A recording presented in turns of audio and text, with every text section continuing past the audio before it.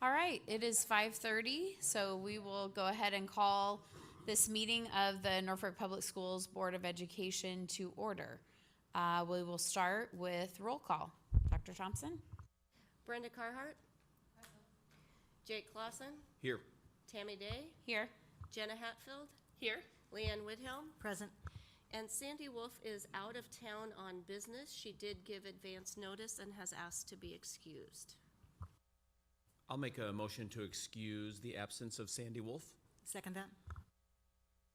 Okay, we have a motion by Jake, a second by Leanne. Any discussion? Remember Sandy telling us at our last meeting that she would not be here for this meeting, so it's way beyond her 3 days. All right, please vote.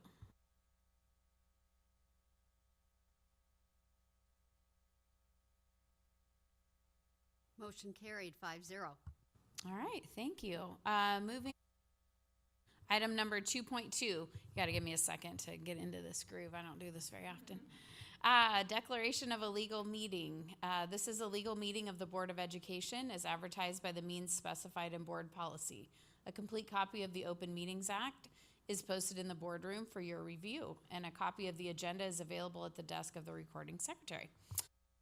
Let's all stand for the Pledge of Allegiance, please.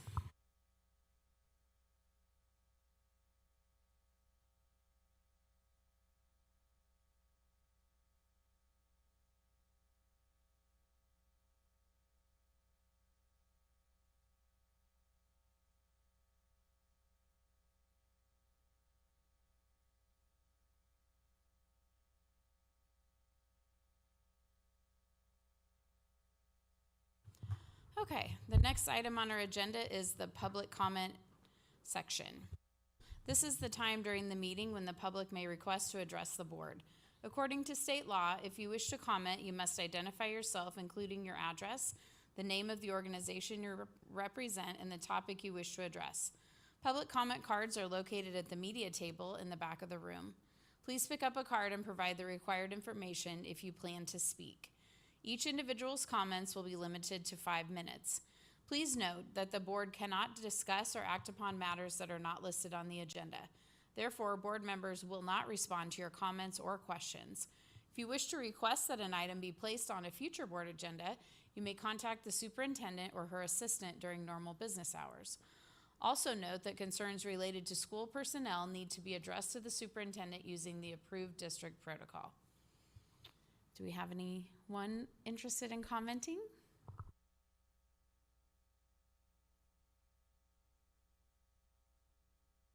Okay, moving on. Okay, item number 5, information and discussion items. We'll start with the finance and facilities report. Dr. Robinson. Thank you. The total amount of claims to be approved on the consent agenda for the month of August by fund are listed below.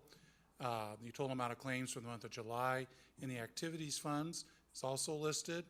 We did review these claims earlier today with our Finance and Facility Committee. And that's all I have for my report unless there are any questions.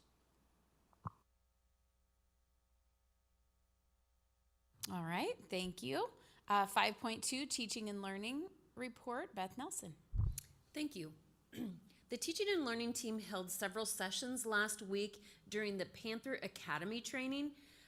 It was a positive and the energy was high. We're excited to get started with fresh faces and familiar faces. And we're preparing a sampling of teachers to complete a math program pilots for kindergarten through 11th grade. Imagine learning in grades 7 through 11 and possibly amplify depending upon the success of that pilot.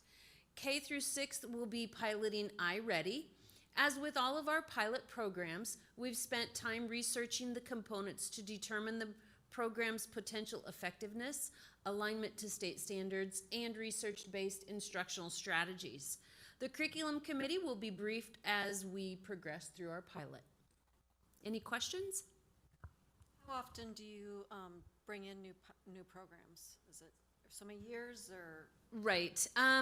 Typically, we go through phases of every 5 to 6 years on the core programs, like the reading programs. That was all last year. Now this year will be math. So we just cycle those through. And there will be a year where we're down, and then we'll start up again. So.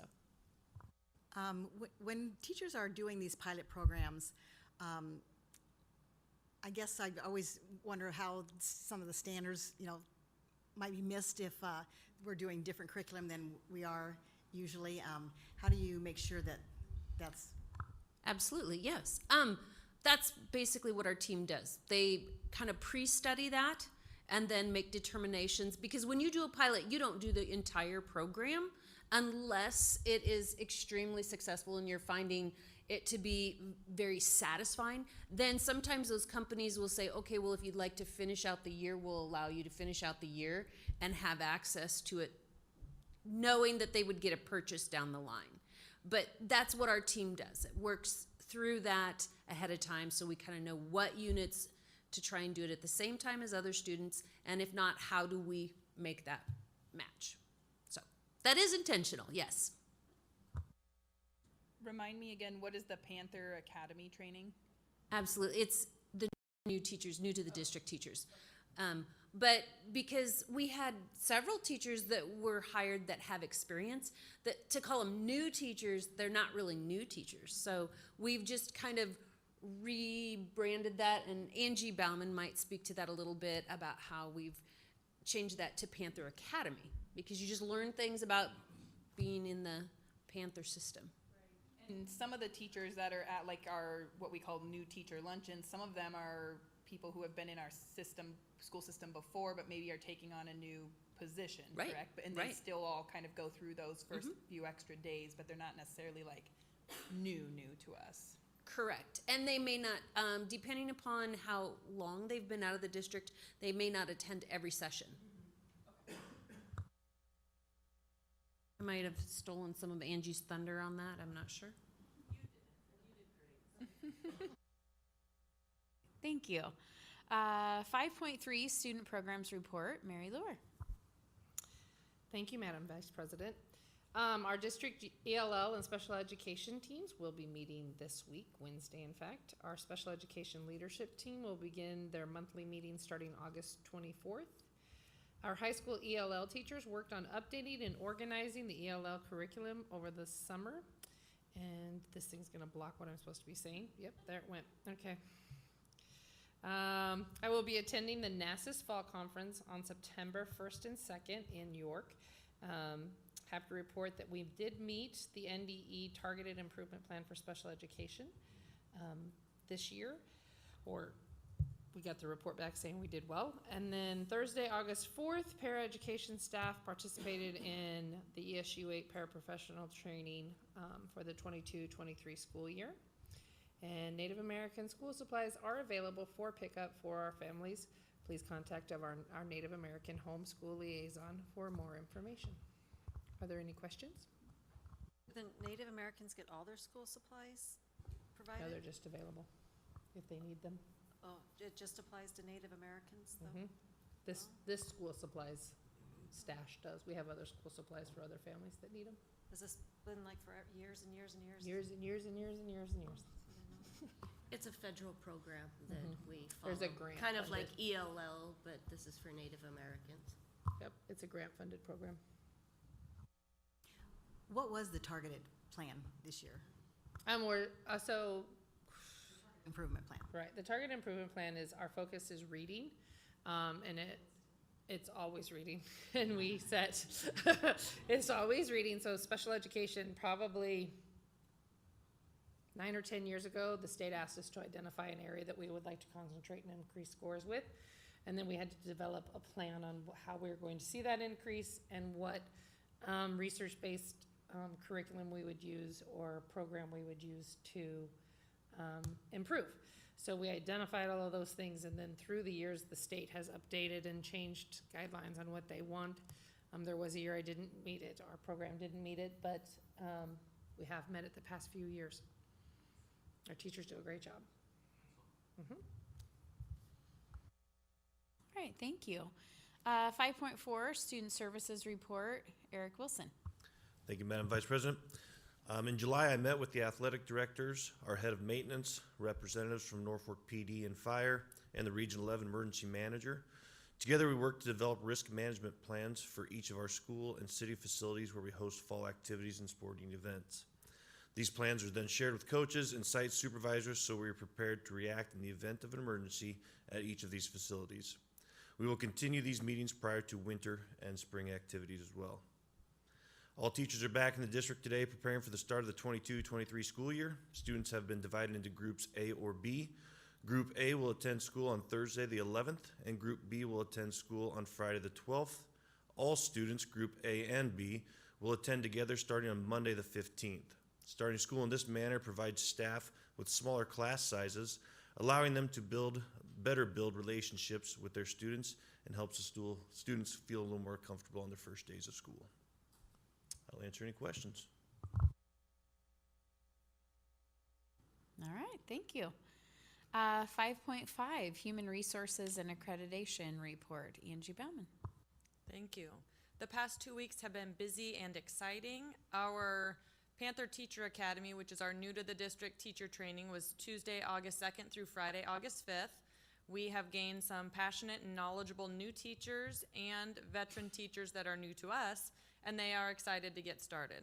Training has been held for our new classified staff, instructional paraprofessionals, substitute teachers, and substitute paraprofessionals. Positive energy could be felt at the different trainings and workshops. All certified staff reported today, and it was great to see everyone together again. Just a update, as of today, we had our para workshop. We currently have 29 paraprofessional subs registered and 45 teacher subs registered. So we're very close to where we ended the year last year, and we haven't started school yet. So I think that's a positive, and we have another substitute teacher training on August 18th. So we'll have another round coming up. The numbers where you'd like to be, we said you're almost to where last year, so you would like more subject, or what? We would certainly like more subs. We have almost all of our substitutes returning. We did have some new faces this year in both the teacher and para workshops, so that was great to see, but we'll always welcome more. What would your number be? Depends on pandemic and no pandemic. I don't know if I would ever say we have too many. So there you have it. If you're interested in being a sub, please contact Angie Bauman. All right, thank you. Superintendent report, Dr. Thompson. Thank you. My report is a little bit longer than normal because I want to take some time to highlight the facility work that we have completed this summer. Starting with Grant, where we have added an elevator, a safe and secure entrance, Title I, and ELL classrooms, as well as teacher workspace. We also updated all of the restrooms at Grant, which were very outdated and in need of replacement. And we increased the size of the smaller kindergarten classroom, making it comparable in size to our other kindergarten classrooms across this district. This project is substantially complete. Not all of them are, but Grant is.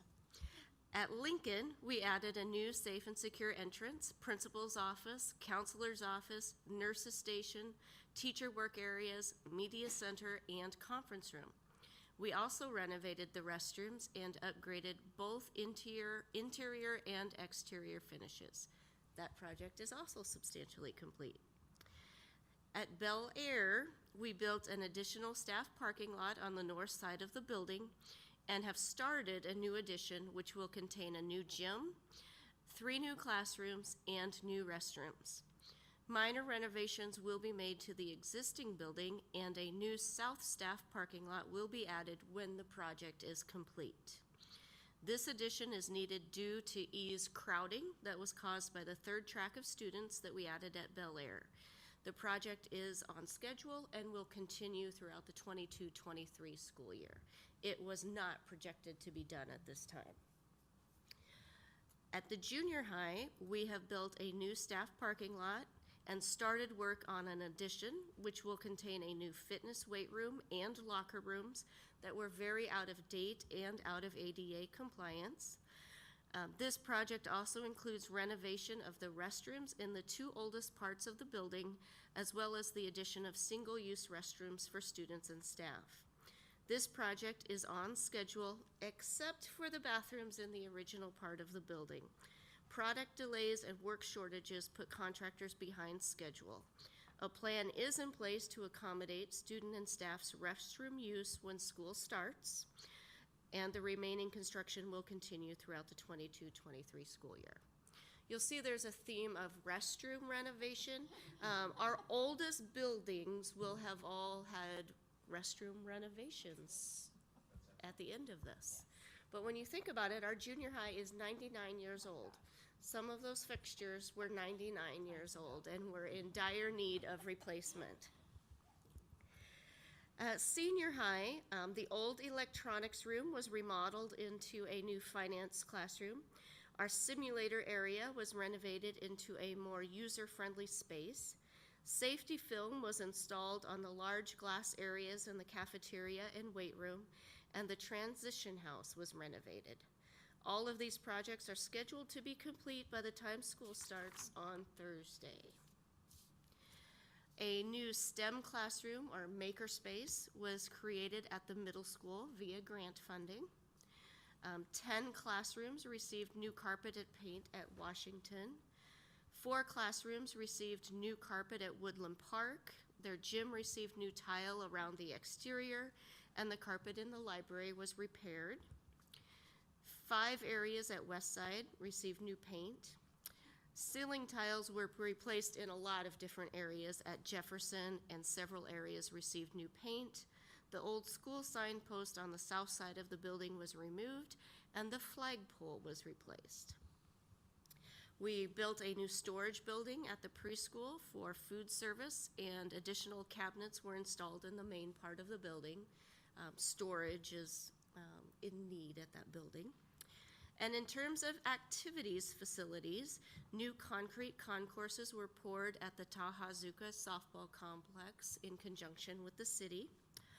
We completed maintenance, crack repair, and recoating of the tennis courts at the senior high, and a new sound system was installed in the main gym at the senior high, partially funded via the boosters. Completion of Bel Air and the junior high additions will keep us pretty busy the next year, but we do want to start planning for a safe and secure entrance and extra classroom space at the middle school.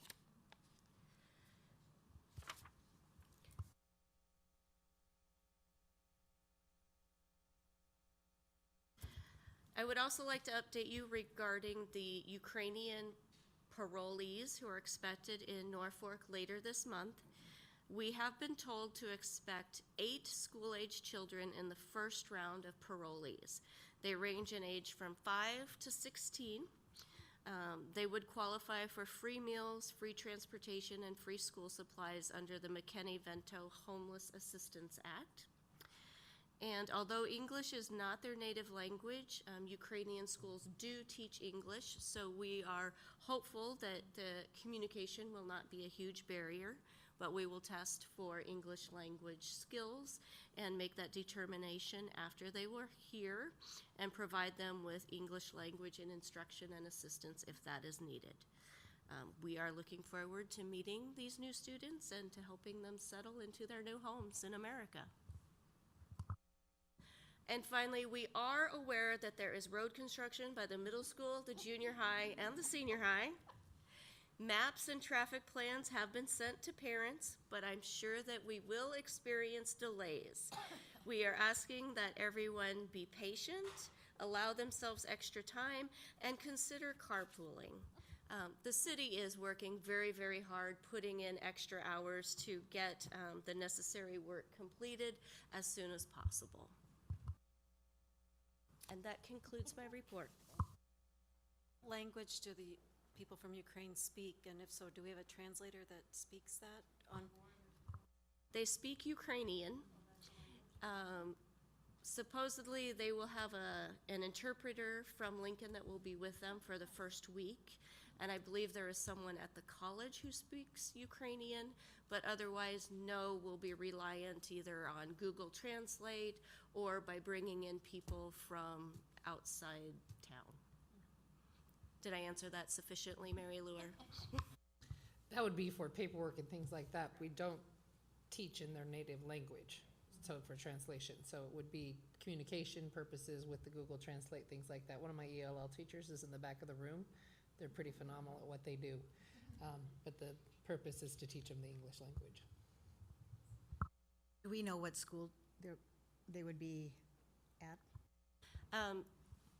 We're assuming that the primary residence will be the behavioral health home on Recovery Road, I can never remember that, which is in the Woodland Park school area. So we are planning to start them at Woodland Park, and then if they need additional services, we may consider moving them at a later time. But Woodland Park appears to be their home school. I just thought keeping them kind of together, make them feel more comfortable. Yeah.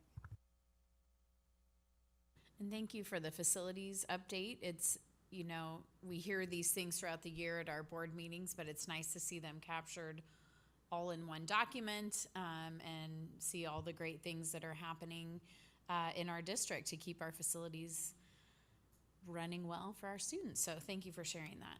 Yeah. Are there I might make yeah. just one other comment in regards to, I mean, I know there will be frustrations with traffic and other things, but I would certainly give a shout out to all of those building administrators. I think they've done a great job getting as much communication out there as they can. I mean, there's no perfect way, but as a junior high parent, at least, we got a lot of communication on a lot of different things pretty early on in the process. So I felt like at least, you know, we were able to prepare our student, and hopefully everybody else can do the same. But I appreciate all of their efforts to make us feel as in the know as we could.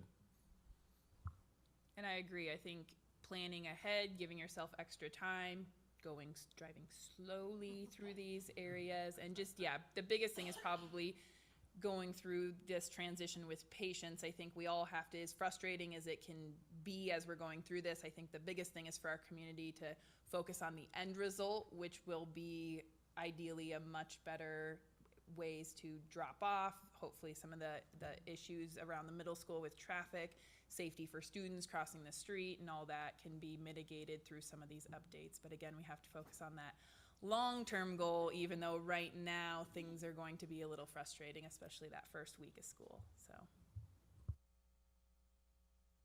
Great, thank you, Dr. Thompson. We'll move on to committee report, which is me. Okay, 6.1, I should have gave that to someone else. Facilities and Finance Committee report, Tammy Day. Thank you. The committee met today at noon. The claims for the month of August were reviewed and the activity claims for July. We had a presentation from Norfolk Area Public Transit, and then the committee reviewed the current projects, some of which you saw on the facilities summary are ongoing.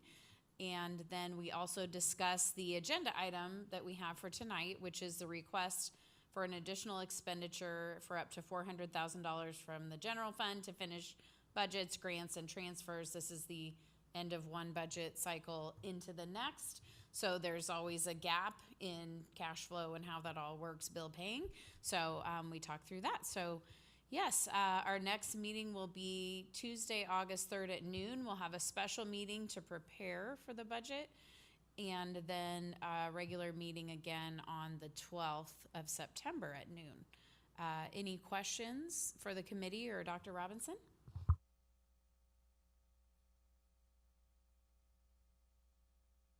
Okay, good job, Tammy Day. All right, moving on. Item number 7 is the consent agenda. So here we have 7.1, the minutes of the previous meetings. 7.2 is personnel, including nothing on contracts or resignations, which that's good news. And then the claims are attached in 7.3. Attached are the claims for the month of August. These claims were reviewed earlier today by our Finance and Facility Committee, and there are no conflict statements. All right, then if I could entertain a motion to approve the consent agenda. I would make a motion to approve the consent agenda. I'll second that motion. Great. We have a motion by Jenna, a second by Brenda. Is there any discussion? All right, please vote.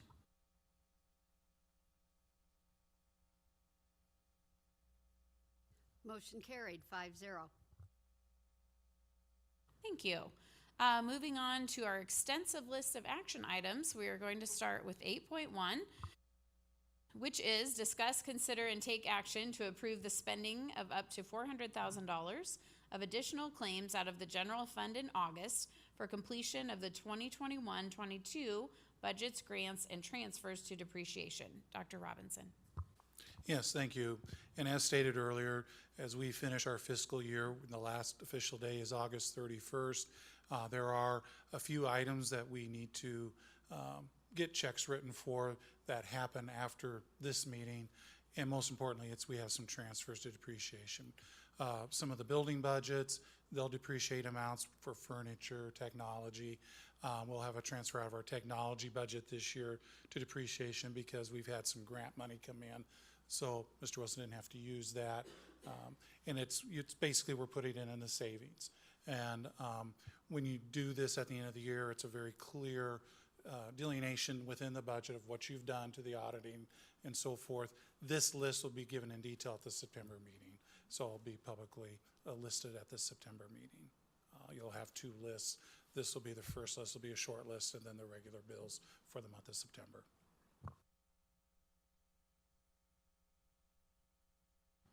I'll make a motion to approve the spending up to $400,000 of additional claims out of the general fund in August for completion of the 21-22 budgets, grants, and transfers to depreciation. I'll second that motion. Okay, we have a motion by Brenda, a second by Jake. Is there any further discussion? All right, seeing none, please vote. Motion carried, 5-0. Okay, well, that's it, folks. In record time, we are moving on to future meeting. The second meeting of the Board of Education has tentatively been scheduled for noon on Thursday, August 25th. Not so tentative. Or the budget. Yes, we will have the budget workshop on Thursday, August 25th, so it will not be tentative. Okay, so the next meeting will be Thursday, August 25th at noon. The regular meeting of the Board of Education will be held on Monday, September 12th. The study session will begin at 5:30, so we'll be starting our study sessions again, and the regular business meeting will start at 6:30. All components of these meetings will be held at the NPS Central Administration offices and will be open to the public unless an executive session is needed in order to protect the interests of the district or the reputation of an individual. And with that, we are adjourned.